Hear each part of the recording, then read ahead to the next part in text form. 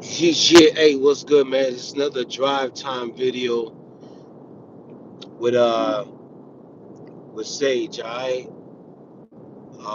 time with Sage. These all gonna be driving videos, and they all going to be live.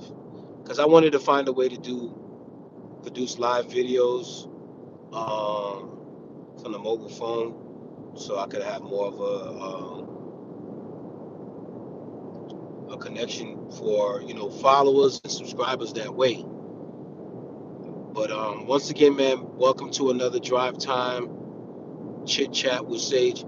And leave a comment where you're from, where you're located. All right. But this video right here is about Damar Hamlin.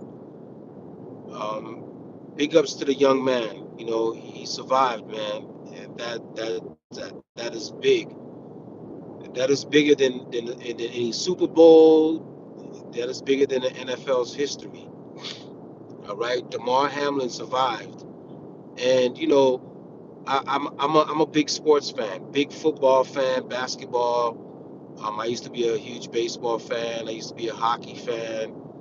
I mean, I used to love the Florida Marlins. I'm a huge Miami, everything Miami, Florida Marlins, Florida Panthers, Miami Heat.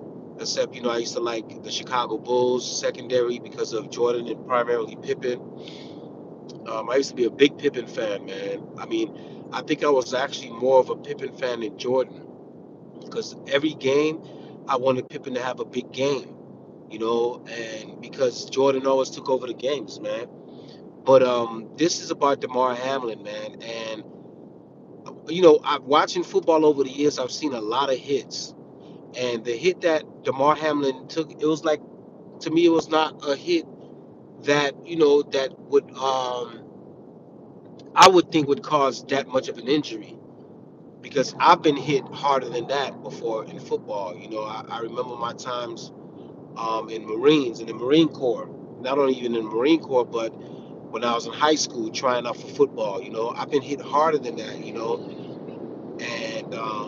And to see him go down like that, it was devastating, man. It was like, dang. And then when I saw all the Bills players' faces red, like especially when I saw the best quarterback in the league right now, he's better than Patrick Mahomes. Okay. Damn, it's sad. I don't forgot his name. Josh Allen, man. I saw Josh Allen's face was completely red, man. I knew it was serious, man. And then when they released the information that he actually died on the football field and was revived, man, like that is never. I'm not. I think one player died on the field. They said, and it was like 50 years ago, something like that, 40 years ago. I'm not sure, 100%. I'm not an information guru with this one, but it's just sad, that his injury was his injury was taken lightly by a lot of fans and a lot of individuals, sports analysts, i.e. Skip Bayless, primarily because he was so insensitive with his comment, and not knowing the magnitude of this man was dead on the football field. This man was dead. Okay. There's no coming back if they didn't do what they did for this man. If they didn't have medical staff on the field that responded so fast, this man would not be alive today. You know what I'm saying? And I think Damar, you know what I'm saying? Damar. I heard so many people saying it different. Because DeMar DeRozan is a football basketball player too, and his name is spelled DE. That's like DeMar, like it's almost like Derek DeMar, and some people just call him Damar, Hamlin. So I'm just gonna call him Mr. Hamlin, all right, for now.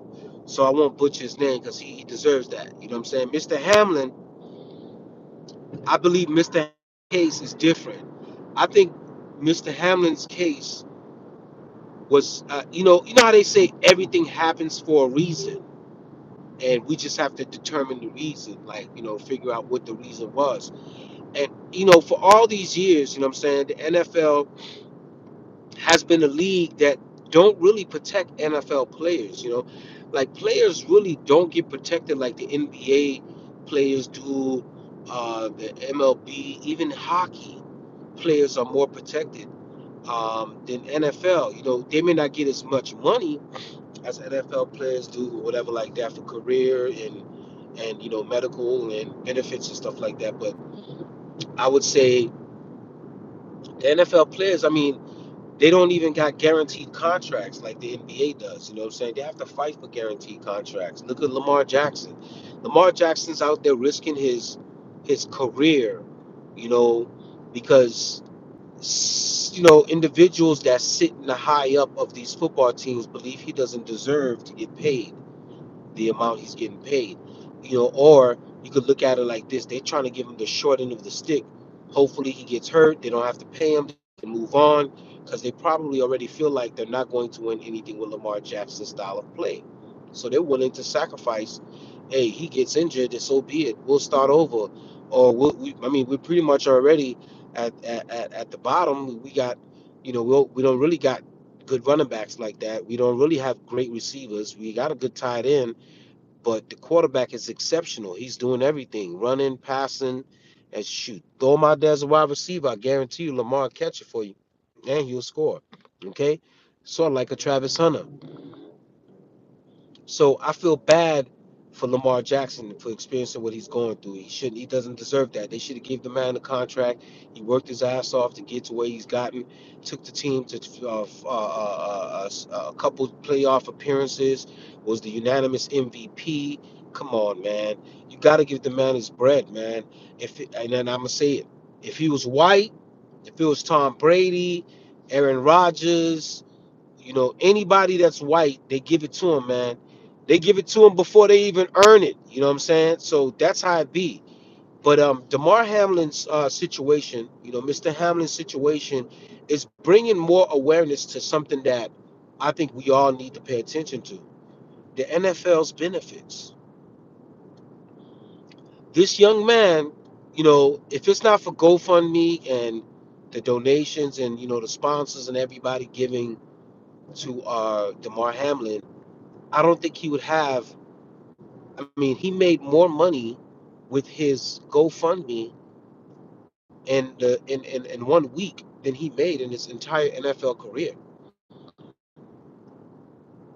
I believe his GoFundMe made about 5 million to 6 million in 1 week. The week of the injury, he made about 5 to 6 million. When this same GoFundMe made about 7,000 prior, when his, I believe, I don't remember the goal. I think the goal was like, situation has brought light. I'm not talking about no flashlight, okay? His situation has brightened up. The light is so bright, it's like the sun in Ghana, okay, near the equator, at the height, at the peak of the afternoon. Let's not say peak. Let's say at the hottest of the afternoon. Let's say noon, okay, noon, okay. We're talking about noon in Ghana near the equator. The light plays. It's the most disgusting benefits I've ever seen for some type of industry that makes billions off the back of players, period. But not only that, black players have made this league the billionaire league it has become. The excitement, the touchdowns, the speed, strength, the dynamic capabilities of some of the players, man. And they made this league into what it is. And you're telling me that an individual like Damar Hamlin, if we do not do any, if we have not donated to this young man, he would not be receiving any benefits from the NFL, because 3 years is what the requirements are, or the criteria, okay, to receive benefits from the NFL. And not only that, I learned that the collective bargaining agreement with the NFL says that until you're 55 years old is when you're allowed to reap the benefits. I think it was 55 or 50, I'm not sure. Oh man, that is disgusting, disrespectful as hell. That the NFL is only paying players, okay, about $4,000 a month in benefits when it used to be $22,000 before that. And I'm thinking maybe because of the CTE ruling and everything and the new CTE rules and stuff like that is probably what made them want to decrease the amount. But it used to be 22,000. Now that's ridiculous. Come on, guys. You know, players they sacrifice their bodies from middle school, high school, some even pop on a league, little league football, talking about 12, 11 years old, been sacrificing their body. Look at Aaron Hernandez. He was sacrificing his body since, middle school. And, they come to find out that the CTE he was dealing with was far worse, and he was dealing with it far longer than most people, most players dealt with it. You're talking about, they say he was dealing with not a severe case, but it was minor a CTE since high school. So a lot of these players sacrifice their brain, their bodies, and to only be reap the benefits of only $4,000 a month, especially when some of these players sacrifice their body for 10, 12, 13 years, not even making much because, skill level. But it's just ridiculous, man. So I feel like Damar Hamlin is a blessing in disguise. He survived, and I hope that his survival will allow him to continue to. I'm not sure, if he'll be able to play sports again because I'm not a doctor, so I'm not going to go on here and say he's not allowed to play again. But I hope that he can play again. Okay. Not only that, I hope that he's healthy enough to move and do. I hope he can actually get a job and do something that is beneficial in the NFL. Not only that, a foundation that'll be beneficial in helping players uh, be more healthier and also preventing what happened to him, figuring out what they can do, even if they got to change some of the rules. I mean, it's to the point if NFL football got to be to where they got to push a player to tackle him. I don't know, because this could happen again. Because one of the doctors that I actually watched explained the anomaly of something like this happening. He's like, it's rare to happen, but it's like it's almost hard to believe that this is what caused it because